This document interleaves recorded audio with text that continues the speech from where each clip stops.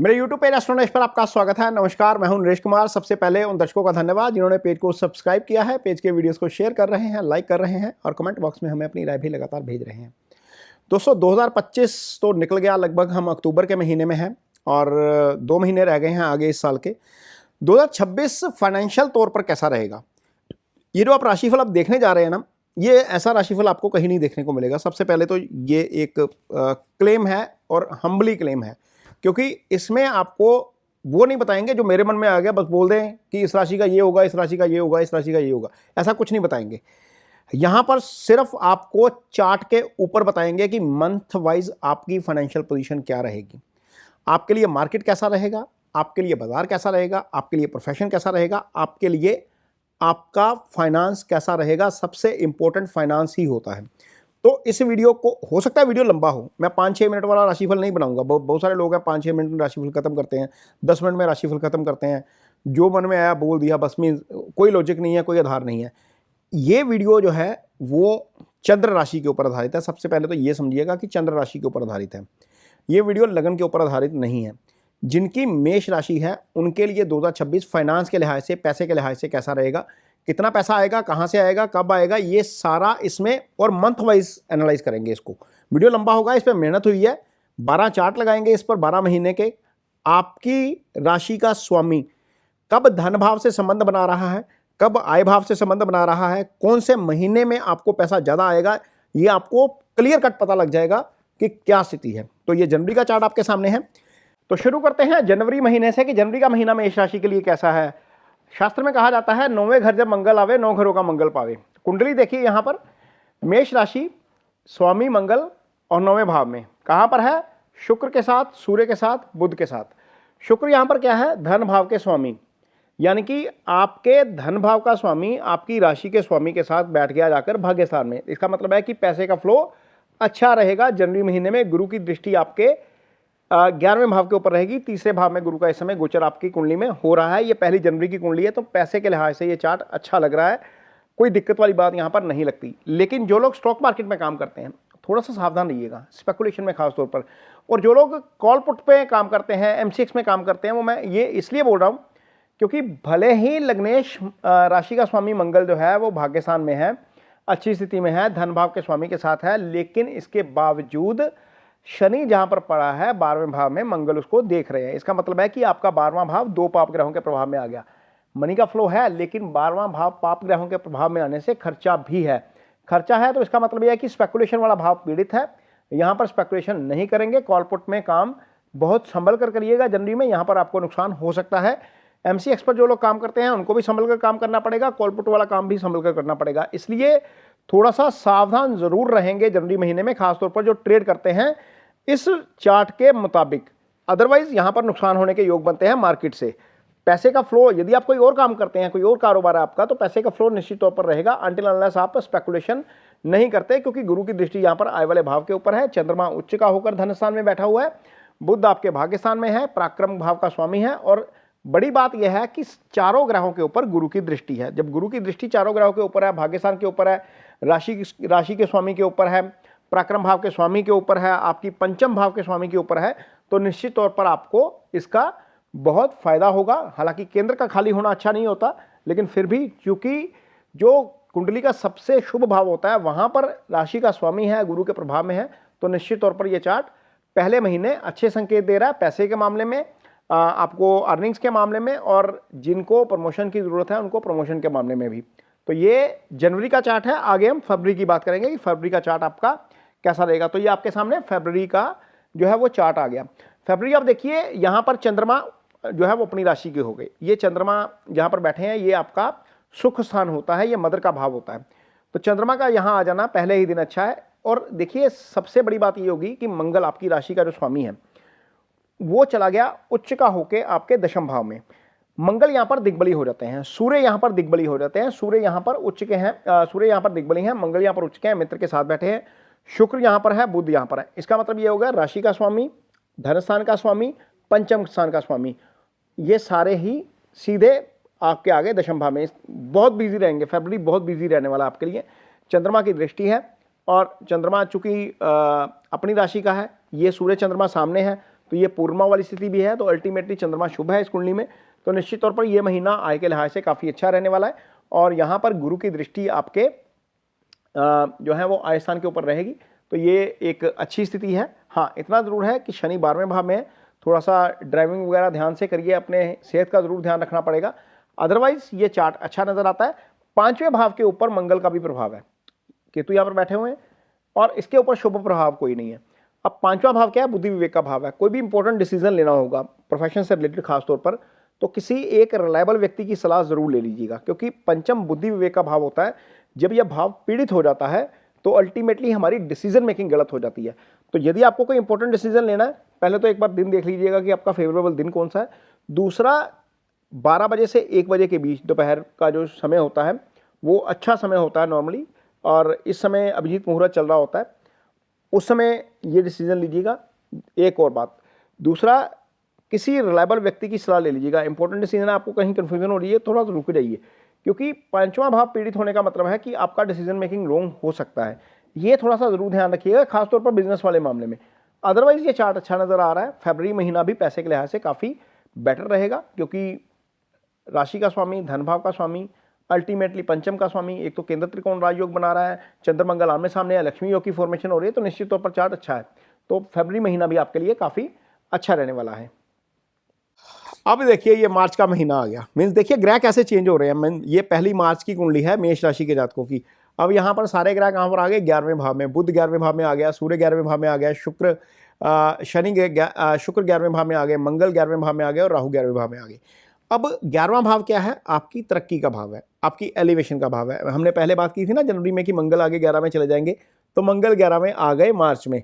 अब राशि का स्वामी ही 11वें भाव में चला गया। अब चला किसके साथ गया? धन भाव के स्वामी के साथ। शुक्र भी वहीं पर है, पंचम के स्वामी के साथ, बुध के साथ चला गया जो पराक्रम भाव का स्वामी है।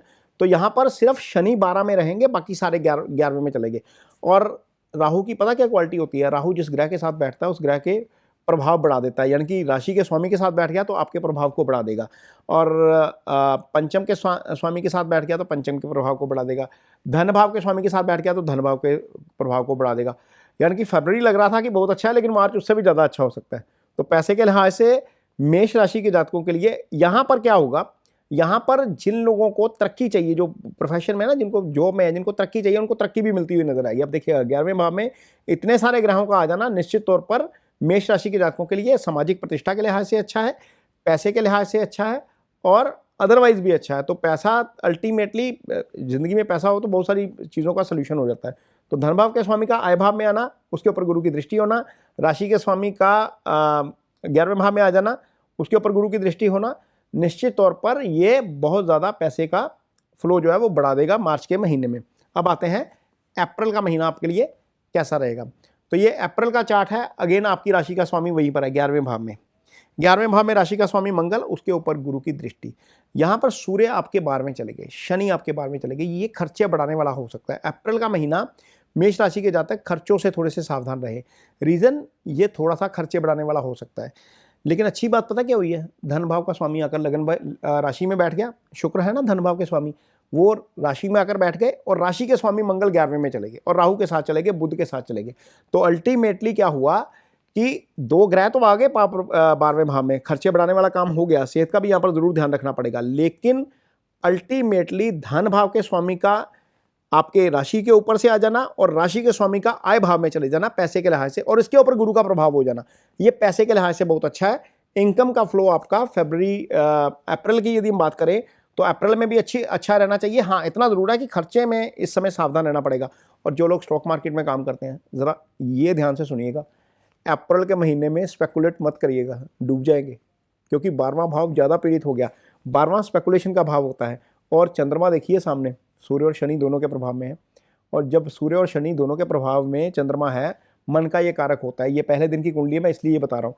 तो ये मन का कारक होता है। यदि यहाँ पर पाप प्रभाव चंद्रमा के ऊपर है, चंद्रमा मन का कारक है, ग्रीड फेयर यहीं से आएगा, 12वां भाव पीड़ित हो गया, स्पेकुलेशन का जो भाव है, तो अल्टीमेटली जो लोग MCX पे काम करते हैं, जो फ्यूचर में काम करते हैं, ऑप्शन में काम करते हैं, कॉल पुट का काम करते हैं, सावधान रह जाइएगा। अप्रैल में थोड़ा सा नुकसान हो जाएगा, ये ज़रूर ध्यान रखना है। ये मार्केट वालों के लिए, जो खास तौर पर मार्केट में काम करते हैं, अप्रैल का महीना कॉल पुट नहीं करेंगे, ठीक है। मई के महीने की बात करते हैं, अब आगे देखते हैं मई में क्या है। और जो मई का महीना है, आप देखिए सूर्य और बुध आपके राशि के ऊपर से आगे, ये वाला महीना अच्छा नहीं है पैसे के लिहाज से। रीजन समझिए जरा, आपकी राशि का स्वामी मंगल है, शनि के साथ आ गया, कहाँ चला गया? 12वीं में। 12वां कौन सा भाव होता है? खर्चे का। 12वां मीन मोक्ष का भाव होता है। शनि जब यहाँ पर थे ना 11वें भाव में, तो जब रावण की मृत्यु होनी थी, रावण ने सारे ग्रह 11वें में बांध लिए थे, तो शनि ने आगे कदम रख लिया 12वें में, और रावण की जो है वो डेथ हो गई थी। तो 12वें भाव में शनि का जाना वैसे ही अच्छा नहीं होता। चंद्रमा से एक घर पहले, आपके चंद्रमा से एक घर पहले यानी कि 12वें में मंगल शनि, दो पाप ग्रहों का आना आपके लिए थोड़ी सी टेंशन जरूर क्रिएट करेगा। यहाँ पर थोड़ी सी सावधानी जरूर अपेक्षित है, क्योंकि आपकी राशि के ऊपर से सूर्य है। सूर्य एरोगेंस दे देते हैं, सूर्य ऐसे डिसीजन करवाएंगे आपसे जिसमें आप डिस्टर्ब हो जाएंगे। ये चार्ट अच्छा नहीं है। 15 अप्रैल के बाद ज़रूर ध्यान रखिएगा, क्योंकि ये चार्ट हालांकि मई का है, लेकिन ये चार्ट अच्छा नहीं है। ये 15 अप्रैल से ये पोजीशन बन जाएगी सूर्य वाली, थोड़ा सा ज़रूर ध्यान रखना पड़ेगा। छठे भाव का स्वामी बुध आपकी राशि के ऊपर, पैसा किसी को लेंगे तो भी फंस जाएगा, पैसा किसी को देंगे तो भी फंस जाएगा, तो भी चढ़ जाएगा। मीन्स शनि मंगल दोनों छठे को देख रहे हैं। राशि का स्वामी होकर मंगल जब छठे को देखता है, छठा रोग ऋण शत्रु का भाव होता है। पैसा नहीं देंगे किसी को, फाइनेंशियल गारंटी मत लीजिएगा, फंस जाओगे आप। ये स्थिति आपकी कुंडली में बन रही है मई में, बिल्कुल नहीं करेंगे। यहाँ पर आप सावधान जरूर रहेंगे। हालांकि 11वें भाव के ऊपर गुरु की दृष्टि है, मनी का फ्लो रहेगा, लेकिन मनी के फ्लो में खर्चे में ज़्यादा दिक्कत है, खर्चा ज़्यादा आ जाएगा, कहीं ना कहीं से अनएक्सपेक्टेड कुछ खर्चे आ जाएंगे, इससे आपको नुकसान हो सकता है। तो स्टॉक मार्केट वाले भी जरूर सावधान रहिए। ये जो है ना 12वें भाव के ऊपर मंगल और शनि, अगेन जैसे पहले शनि और सूर्य थे, अब मंगल और शनि है, ये स्पेकुलेशन का भाव है। यहाँ पर कॉल पुट फ्यूचर ऑप्शन ये वाला काम मत करिएगा, फंस जाएंगे आप। और चूंकि सूर्य राशि के ऊपर है, तो ये आपसे गलत डिसीजन करवा सकते हैं। एरोगेंस आ जाता है ना, सूर्य आपको अथॉरिटी देता है, एरोगेंस भी देता है। तो गलत डिसीजन लेंगे तो क्या होता है, फिर अल्टीमेटली नुकसान हो जाता है। वो नुकसान प्रोफेशनल लाइफ में भी हो सकता है, पर्सनल लाइफ में भी हो सकता है। तो थोड़ा सा मई का महीना भी आपका सावधान रहने वाला है। आगे देखते हैं जून में क्या बनेगा।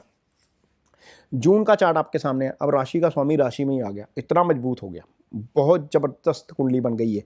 और यहाँ पर कोई भी मुसीबत आएगी, कुछ भी दिक्कत आएगी, तो आप यहाँ से निकल जाएंगे। 12वां भाव यहाँ से थोड़ा सा ठीक हो गया, 12वें भाव में कोई दिक्कत अब ज़्यादा नहीं है। लेकिन हुआ क्या, गुरु बुध और शुक्र, ये तीनों पॉजिटिव ग्रह आपके तीसरे भाव में चले गए, और तीनों ने भाग्यस्थान को एक्टिव कर दिया, और गुरु की दृष्टि आपके आय स्थान के ऊपर भी है। लेकिन आप ये याद रखिएगा, ये जो गुरु है ना, ये 2 जून को चेंज हो जाएंगे। ये जून की कुंडली हमने पहली तारीख की निकाली है, गुरु थोड़ा सा आगे आ जाएंगे, और गुरु और मंगल का केंद्र में आना आपके लिए अच्छा है। यहाँ पर जो लोग काम में प्रमोशन की वो कर रहे हैं एक्सपेक्टेशन, यहाँ पर ये हो सकता है।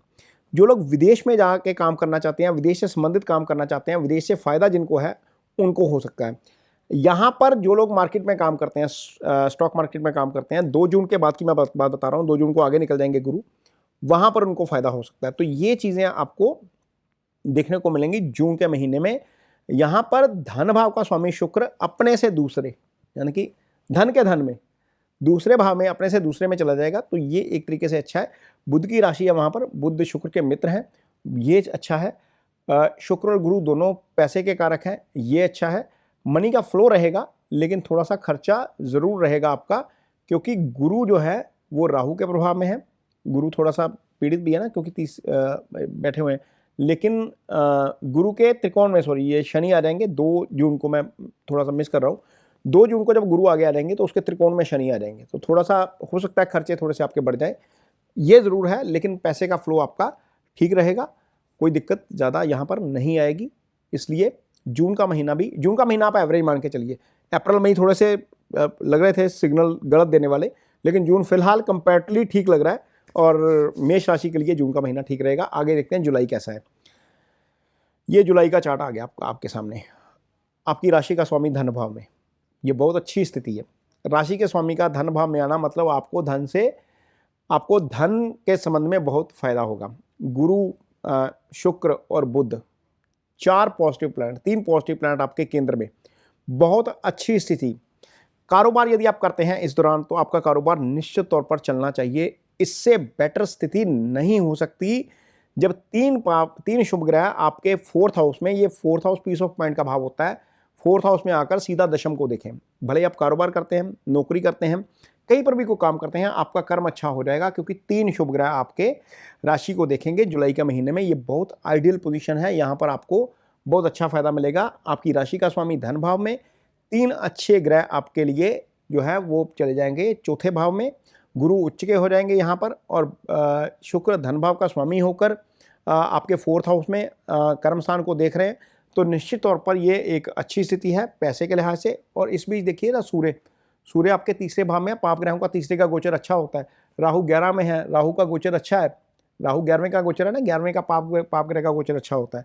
तो यहाँ पर पैसे के लिहाज से चीज़ें बिल्कुल सेट रहेंगी। लेकिन एक चीज़ का ध्यान रखिएगा, इस महीने में कोई भी डिसीजन लेना, इंपॉर्टेंट डिसीजन, किसी एक व्यक्ति की सलाह ज़रूर लीजिएगा जिसको आप रिलाय करते हैं, जिस पे आप ट्रस्ट करते हैं।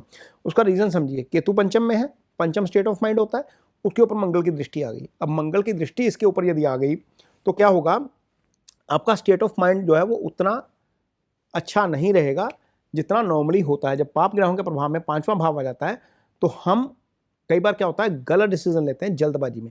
तो उससे बचना है। यदि इंपॉर्टेंट डिसीजन कोई लेना है, थोड़ा रुकिए, किसी रिलायबल व्यक्ति के साथ सलाह करिए, फिर डिसीजन मेकिंग पे पहुंचिए, फिर ये डिसीजन आपके लिए अच्छा होगा। ये आपके लिए रहेगा जुलाई का महीना। आगे देखते हैं अगस्त कैसा रहेगा। तो अगस्त के महीने की यदि हम कुंडली देखते हैं तो यहाँ पर आपका राशि का स्वामी अभी भी धन भाव में है, मंगल धन भाव में ही रहेंगे। तो धन भाव में राशि के स्वामी का जाना मीन्स पैसे के लिहाज से अच्छा हो गया। गुरु यहाँ पर सूर्य के साथ रहेंगे और शुक्र यहाँ पर नीच हो जाएंगे। आपकी धन भाव के स्वामी का 6ठे में चले जाना, नीच हो जाना, ये बिल्कुल अच्छा नहीं है। यानी कि अगस्त के महीने में ध्यान रखिएगा, पैसा कोई मार भी सकता है, पैसा सिर पे चढ़ भी सकता है। रीज़न, धन भाव का स्वामी 6ठे आ गया, उसके ऊपर शनि की दृष्टि आ गई। तो शनि की दृष्टि 6ठे पे पहले तो वैसे ही थी, लेकिन यहाँ पर क्या हुआ, धन भाव के स्वामी के ऊपर हो गई। धन भाव को तो वैसे ही शनि देख रहे हैं, परमानेंटली देख रहे हैं, धन भाव के स्वामी को भी शनि देख रहे हैं। तो ये क्या हो गया, अब ये स्थिति ऐसी हो गई कि पैसा ज़रूरत पड़ी तो लेंगे तो चढ़ जाएगा, देंगे किसी को अननेसेसरी मीन्स बिना गारंटी का, बिना वारंटी का, तो पैसा आपका फंस जाएगा। ये स्थिति अच्छी नहीं है। तो पैसे के लिहाज से जो ये वाला महीना है आपका अगस्त का महीना, यहाँ पर भी थोड़ा सा ज़रूर ध्यान रखना पड़ेगा। यहाँ पर दिक्कत आ सकती है, खास तौर पर लेन देन के मामले में ये अच्छा नहीं है। और अदरवाइज़ यदि देखते हैं तो गुरु केंद्र में है, तो गुरु का केंद्र में रहना अच्छा है। इसको वैसे देखेंगे तो दोनों त्रिकोणों के स्वामी केंद्र में है, गुरु भाग्यस्थान के स्वामी है, सूर्य पंचम के स्वामी है। लेकिन चूंकि शनि 12 हैं, शुक्र आपके धन भाव के स्वामी होकर 6ठे हैं, तो पैसे के लिहाज से ये अच्छा नहीं होगा। यहाँ पर पैसे का मामला है जहाँ पर, और जो लोग स्पेकुलेट करते हैं उनके लिए भी ये अच्छा नहीं होगा, क्योंकि धन भाव का स्वामी ही पीड़ित हो गया। स्पेकुलेट करेंगे तो पैसा फंस जाएगा आपका। कोई स्टॉक में पोजीशन ले लेते हैं ना, आपने 100 पे पोजीशन ली, 100 रुपये का स्टॉक है, नीचे गिर जाएगा, आप वहीं पर फंसे रहेंगे, आपका मन काटने को भी नहीं करेगा, फिर अब स्टॉक भी ऊपर नहीं आ पाएगा। तो इस महीने में डिसीजन मेकिंग, थोड़ा सा चार्ट पैटर्न देख लीजिएगा, फंडामेंटल चेक कर लीजिएगा, मार्केट का मूव देखिएगा, फिर कोई पोजीशन लीजिएगा, अदरवाइज फंसेंगे आप इसमें। तो ये आपके लिए रहेगा अगस्त का महीना। आगे देखते हैं सितंबर कैसा रहेगा।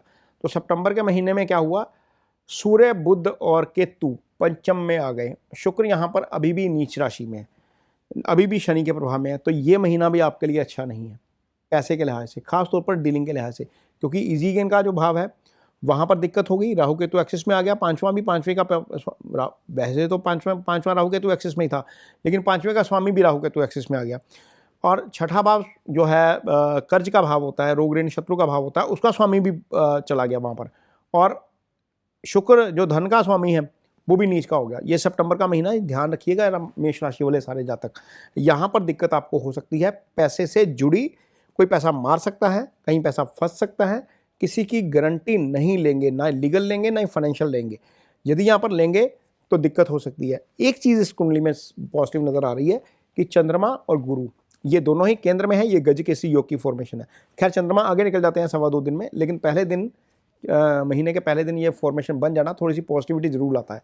गुरु दशम में है, गुरु दशम को देख रहे हैं तो निश्चित तौर पर दशम के अच्छे फल करेंगे, कारोबार ठीक रहेगा और नौकरी वगैरह ठीक रहेगी। जो लोग विदेश से संबंधित काम करते हैं उनके लिए ये समय काफ़ी अच्छा है, खासतौर पर 2 जून के बाद, क्योंकि गुरु आपके 12वें भाव को प्रभावित कर रहे हैं। शनि को प्रभावित कर रहे हैं, शनि के ऊपर गुरु की दृष्टि, इसका मतलब यह है कि शनि का प्रकोप थोड़ा सा कम हो जाएगा। तो ये चीज़ें काफ़ी होंगी, पॉजिटिव चीज़ें भी होंगी, लेकिन नेगेटिव पार्ट भी आपको बताना जरूरी है, पॉजिटिव भी लगातार आपको बताएंगे 2026 में आपका कैसा रहेगा। अक्टूबर के महीने में आगे आते हैं कि अक्टूबर का महीना आपके लिए कैसा रहेगा। तो अब देखते हैं कि अक्टूबर का चार्ट क्या कहता है। ये 1 अक्टूबर का चार्ट है। यहाँ पर देखिए कि आपकी राशि के स्वामी मंगल हैं और वो बैठ गए गुरु के साथ आकर। कहने वाले कह सकते हैं मंगल नीच हो गए, लेकिन ये नीच भंग भी हो गया क्योंकि गुरु यहाँ पर उच्च के हैं। अब गुरु धन भाग्यस्थान के स्वामी होकर शुभ हैं और राशि का स्वामी आपका बैठ गया गुरु के साथ। तो यहाँ पर ये बन गया केंद्र त्रिकोण राजयोग की फॉर्मेशन, क्योंकि मंगल केंद्र के स्थान का स्वामी है। ये केंद्र का स्थान भी होता है, राशि आपकी केंद्र का स्थान भी होता है और त्रिकोण का स्थान भी होता है। तो धन जो आपके गुरु हैं वो आपकी राशि के स्वामी आपके लिए भाग्यस्थान के स्वामी है, 9वें भाव के स्वामी है। तो अल्टीमेटली क्या हुआ, गुरु और मंगल एक साथ बैठ के ये नीच भंग हो गया और ये दोनों ही बैठकर 10वें भाव को देख रहे हैं। 10वां भाव यानी कि आपका फोकस अक्टूबर के महीने में काम के ऊपर रहेगा और पॉजिटिव साइड से आप जो है वो काम करेंगे इस महीने के दौरान, ये आपके लिए अच्छा है। यहाँ पर दिक्कत ये हो गई कि सूर्य आपके 6ठे भाव में आ गए। सूर्य का 6ठे भाव में जाना हालांकि अच्छा होता है, पाप ग्रह का गोचर 6ठे भाव का अच्छा होता है, लेकिन शनि के सामने हो गए। सूर्य यहाँ पर शनि के सामने है और 12वें भाव को देख रहे हैं। अब 12वें भाव को जब देख रहे हैं दो पाप ग्रह, तो खर्चे एडिशनल अक्टूबर में आपको आएंगे ही आएंगे। वो कहीं से भी आए, कैसे भी आए, आपके लिए एडिशनल खर्चे खड़े होंगे। मेष राशि वाले ये चीज़ ज़रूर ध्यान में रखिएगा कि अक्टूबर के महीने में पैसे का फ्लो रहेगा, कहीं कोई दिक्कत नहीं है, क्योंकि राशि का स्वामी खुद ऐसे ग्रह के साथ बैठा है जो आय और धन दोनों भावों का कारक है और शुक्र आपका धन भाव का स्वामी होकर आपकी राशि को देख रहा है और वो भी उसके केंद्र में है। बुध भी आपके केंद्र में है, 3 शुभ ग्रह आपके केंद्र में है राशि के स्वामी के साथ। लेकिन चूंकि 6ठा और 12वां पाप ग्रहों के प्रभाव में है तो खर्चा आ सकता है, पैसा कोई लेके जाएगा तो वापस नहीं आएगा। अक्टूबर में भी इस चीज़ का जरूर ध्यान रखिएगा, क्योंकि ये पैसे के लिहाज से समय अच्छा नहीं है, देने और लेने के लिहाज से। मैं दोबारा बोल रहा हूँ, खर्चा एडिशनल आ सकता है, कोई पैसा लेके जाएगा, पैसा वापस नहीं देगा, इसलिए किसी पर विश्वास मत करिएगा। इस महीने में उधारी कोई मांगने आए तो अनसिक्योर्ड पैसा किसी को नहीं देना, भले कोई भी हो। नवंबर का महीना देखते हैं कैसा है। अब यहाँ पर देखिए नवंबर में क्या हुआ, आपके गुरु आ गए आपके 5th हाउस में, यानी कि सिंह राशि में। अब इतनी तेजी में क्यों आ गए, गुरु ने तो 2 जून को राशि बदली थी और गुरु नॉर्मली 1 साल में राशि बदलते हैं, यहाँ पर आ गए सिंह राशि में। अब हो क्या रहा है, अगले 2033 तक गुरु शीघ्र गति से चल रहे हैं, यानी कि 1 साल में 2 बार राशि बदलेंगे।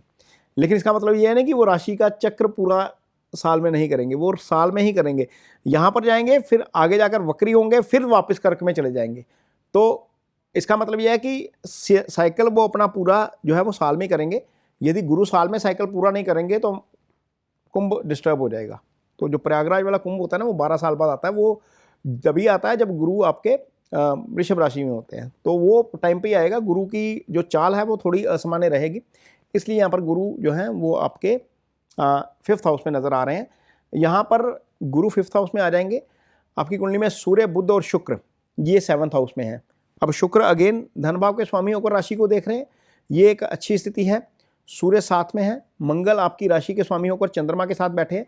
पहले गुरु के साथ बैठे थे, अब चंद्रमा के साथ बैठ गए। पहले दिन में ये लक्ष्मी योग है, इसको लक्ष्मी योग की फॉर्मेशन बोलते हैं। हालांकि मंगल यहाँ पर नीच हो गए हैं, कहने वाले कह सकते हैं, लेकिन शुभ ग्रह केंद्र में होने के कारण ये चार्ट अगेन अच्छा हो गया।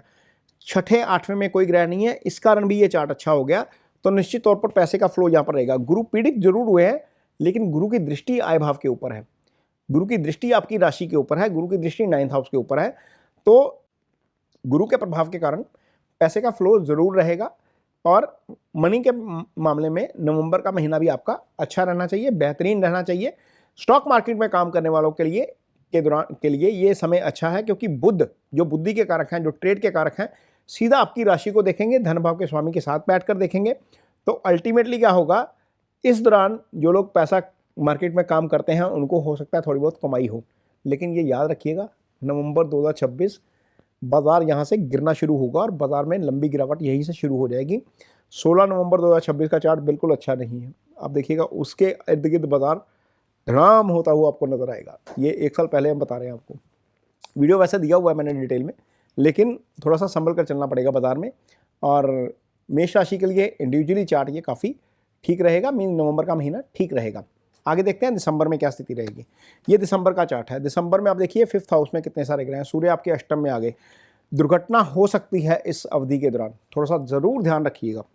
दुर्घटना, जो लोग ड्राइव करते हैं, जो लोग हाइट पे चढ़ के काम करते हैं, जिनका काम ऐसा है जहाँ पर चोट लग सकती है, वहाँ पर दुर्घटना हो सकती है। उसका रीज़न समझिए। यहाँ पर सूर्य 8th हाउस में आ गए, 5th हाउस के स्वामी का 8th हाउस में जाना खराब।